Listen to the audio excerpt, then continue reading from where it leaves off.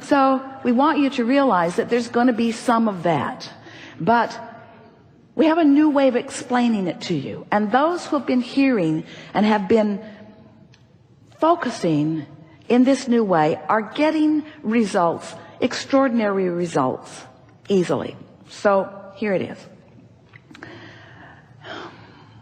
As you stand in your now, do you accept that you are vibrational? Sort of, kind of. And is it logical to you that you have been offering habits of thought so that you do have a point of attraction? When you think of the people you know, or even yourself, in many cases, couldn't you describe most of them who you know well? Couldn't you describe most of them with a singular emotional word? Sort of like the 7 dwarfs.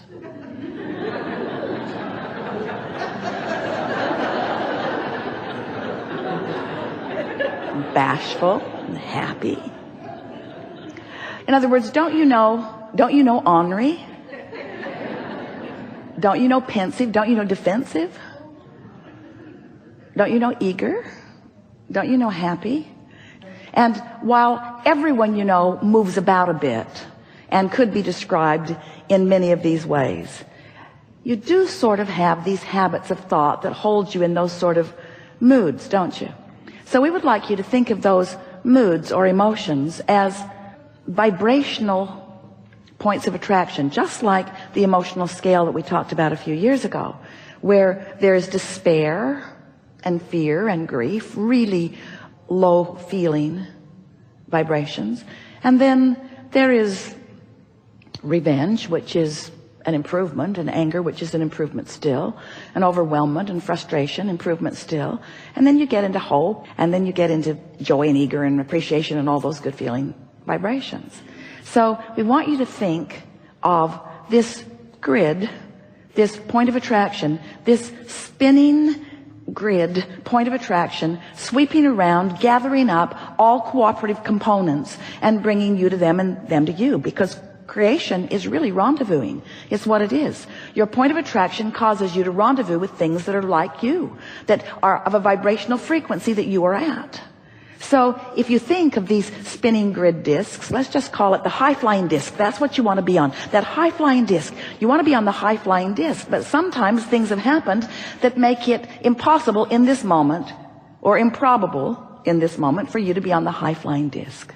So what we are suggesting is that you do it when it's easier. Don't wait until something is manifested and has your attention, because when you're looking right at something that you do not want, there's plenty of momentum going, and there's not enough that you can do focus-wise usually in that moment that's going to change that momentum. And that's why we say, hang on, it'll be over in a little bit. After a good night's sleep, you can take another run at it. So now we would like to say to you that while you slumber, during that sleep time, you know what that is? Do you know what the real benefit of sleep is? It gives you a respite from your momentum. Because it's sort of like in that high-flying vibration. Imagine a cork bobbing up on the surface. You can hold it under the water, but when you let go of it, it's going to bob right back up to the surface. So we want you to realize that it is natural for you to feel good. It is natural for you to be in alignment. It is natural for you to be blended with all that you've become. It is natural for you to have full resonance with who you are. And it is unnatural for you to be focused upon something chronically or even all day that holds you in a feeling of a knot in your stomach, because you're defying your energy. You're disallowing the full energy that is you. So as we talk about these discs, and we encourage you to get on that high-flying disc, if when you awakened first thing in the morning, you acknowledge, ooh, I have a sort of clean slate, because during the night my momentum stopped. So now I can choose a good feeling thought.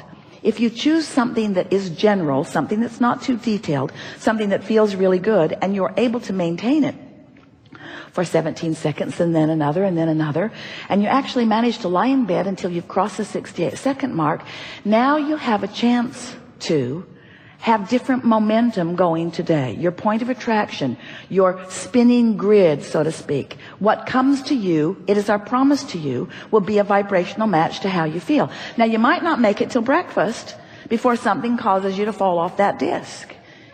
You might not make it till breakfast But you can do it again tomorrow, and you can do it again tomorrow, and you can do it again tomorrow, and you can do it again tomorrow, and you can do it again tomorrow.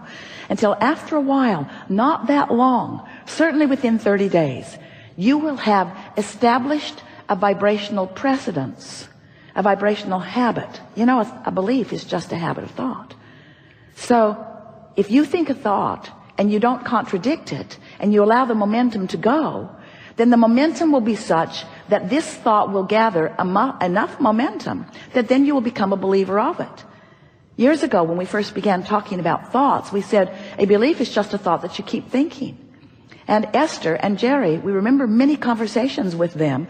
They were sort of arguing with us because it felt to them as if a belief is something that is reality. I believe it because it's real, Abraham. I believe it because it's real. And we say, no, it's real because you believe it. It becomes reality because you believe it. Well, they argued, but I haven't really thought that much about that. And we say, you just got to know that you're born into belief systems, and many of them serve you well and many of them don't serve you well. And to be a deliberate creator, you get to sort out the ones that serve you, and you get to sort out the ones that don't serve you. And it is our promise to you, we can make this complicated and we don't want to, or we can make it simple and we really want to. If you will wake up in the morning and reach for the best feeling thought that you can find and practice it just a little while, you will begin to notice that your point of attraction has changed to the point that you will begin to feel invincible, because you will barely begin to speak things that are pleasurable to you or desirable to you or wanted by you, and the universe will begin an orchestration of them coming to you. Esther has been in Del Mar for a few weeks, and the other day she went to a fast food restaurant and got her favorite, we won't tell you, well we will, In-N-Out burger, and then went down to Mission Bay to eat it. And she was watching people who had gathered there for fun. There were people on jet skis, there were people on sailboats, there were people sunning, people running, people exercising, people picnicking, all manner of people all over this place. And Esther just sat in her car and enjoyed her burger and watched them. And she was feeling high and invincible. She had been practicing this for a while. She'd been feeling so good. She'd been doing everything that she could think of to put herself in that place of feeling good. And she had good feeling momentum going, really good feeling momentum going. So she's just sitting and enjoying. And then she thought, I wonder how they're feeling. And so she started looking at them with a little more purpose. And no one looked like they felt like she was feeling. And then she thought, well, they've come down here because they want to feel good. I came down here because I did feel good. She thought, I found my high-flying disc and then I came. Where so often, and she remembered of herself as well, I've come here for it to cheer me up. It's different. When you get on your high-flying disc and then, you get on your disc and then you follow the inspiration. Oh, the dynamics, the synergy, the co-creative power, you begin to feel invincible because now you've accessed this energy that creates worlds. You have a leverage that few deliberately harness, but you can. So Esther sat there. She has her notebook and she writes things that occur to her, and she wrote with clarity, universe, show me others who feel like I feel. So now it's time for her to leave, and so she gathers herself up and gets back out onto the roadway. And this roadway goes through a couple of intersections, and then it goes right onto Interstate 5 back to Del Mar where she lives.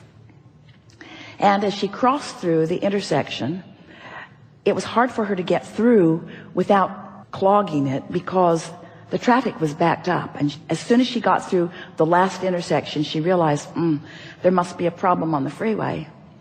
And there's no escape because everything says no U-turn, and there are no streets to turn off of. In other words, she was now committed to get on the freeway, and the freeway was clearly clogged. She was on the inside lane, and so she immediately just made an illegal U-turn.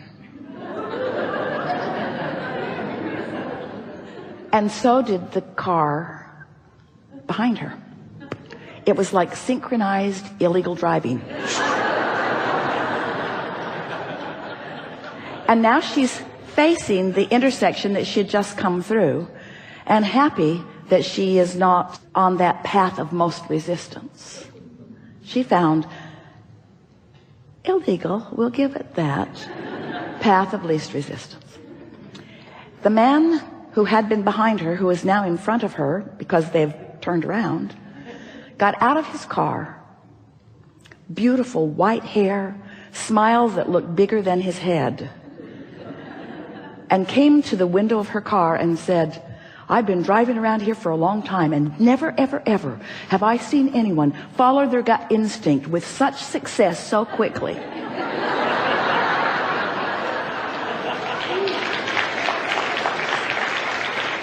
It had not been 2 minutes since Esther had asked the universe to show her someone who felt like she felt. His wife was in the car, clearly not feeling that way. She didn't want him to make an illegal U-turn. Esther felt certain that he was coming. If he'd have been a generation younger, he'd have high-fived her. It was that feeling of exhilaration, that feeling of being in control of your own life, that feeling of doing what's best for you. And of course, Esther wanted to tell him so many things because she was enjoying his enthusiasm so much. She wanted to say, I do that kind of thing all the time. So you get what we're talking about. We're talking about getting tuned in, tapped in, turned on, getting into that place where you're in such vibrational alignment with clarity and knowing and broader perspective that you access the leverage of the energy that creates worlds, and you begin to create as you've intended to create, not with your physical determination, not with struggle and stress, but by accessing this energy and pointing it toward the things that you are asking for through open pipes that you are practicing.